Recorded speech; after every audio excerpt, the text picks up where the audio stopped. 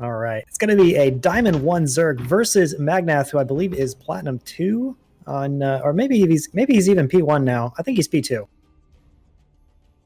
Both players showing ready here. Our map choice is going to be Kairos Junction for the final match for Ris3n here. But GT from Ris3n is the ace player. So definitely going to be a tough match for Magnath. What do you think, Winter? I agree. It's all uphill from here. I mean, this is, like you said, it's the ace player. It doesn't get harder than GTKung.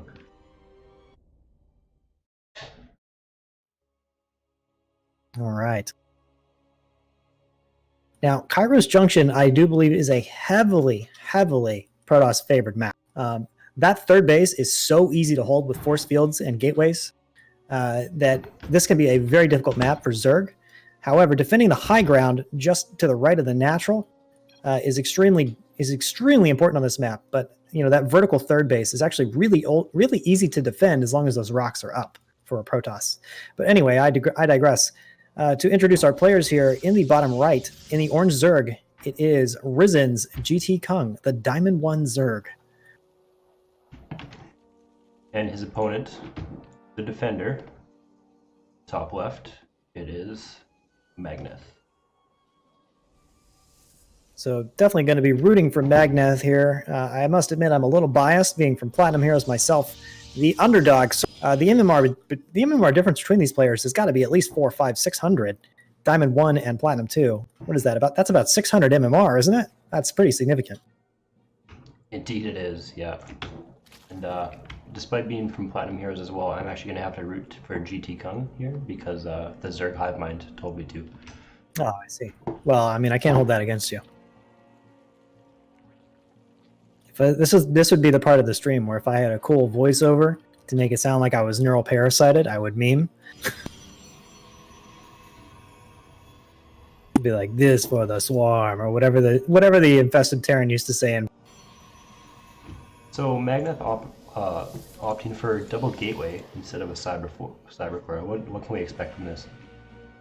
Well, as I'm watching Magnath's build here, I see that he's actually grabbed his second gas as well. All before the... now, what that usually means is that he's going to be going for some kind of all-in because he's delaying the Nexus. Oh, wow. Another pylon goes down before the Nexus? What is this build out of Magnath? I have never seen this before. We'll have to see what goes on here. He is a little supply blocked, but he does have that first Zealot just in case the Zerg tries to rush him. Well, so not a huge deal there. There are 5 wings moving across the map coming up to the door now. Is that a complete wall off? Oh no, the Zealot just out of position. Now, this isn't the end of the world for Magnath, because he does have that second pylon finished. He can quickly chrono out another, and he has plenty of units to shut down those links. He's not going to get the pylon snipe. He needs to reposition that Zealot, though, to seal off reinforcement. So it looks like what Magnath was doing, I may have misread this here. He actually saw the 12 pool, and this was a reaction. I will say, though, that he is delaying that Nexus by quite a while. Currently, they're on pretty equal economy, but we want to see that Nexus go down very soon here for Magnath, or he's going to be on the back foot the rest of the game.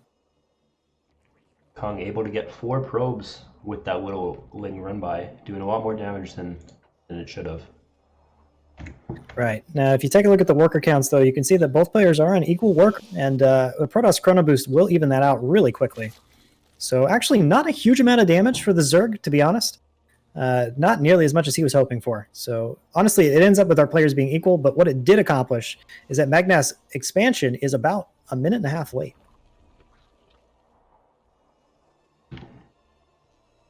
Yeah, he's really struggling to get that out. With opting for 2 Adepts even before starting that Nexus. Maybe scared of a Baneling Bust follow-up.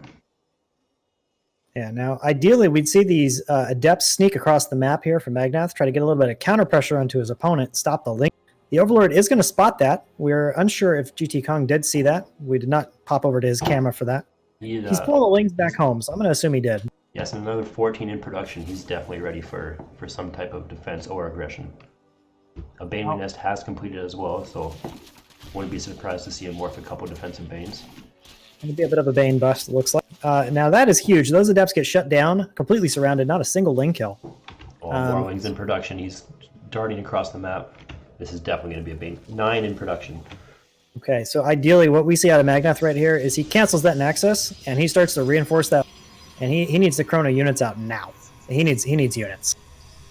Double shield battery going to go down, but the problem with the shield battery is that I don't think they're actually going to finish in time. Here come the Bane. Target firing down that Zealot.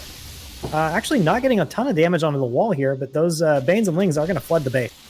3 Banelings left alive. That is enough to wipe out the mineral line. Oh no, don't group the probes, Magnath! Don't group the okay, he does dodge it. That wasn't terrible.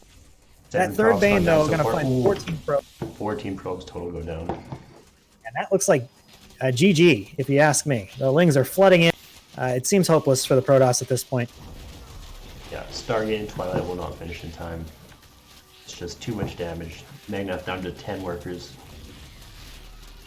Fighting for his life here, trying to micro his probes, but it's just not going to happen. That's far too many Lings. GG is called. GTKung easily shutting down Magnath with the Bane buzz there. Well played by both players. A quick and exciting game.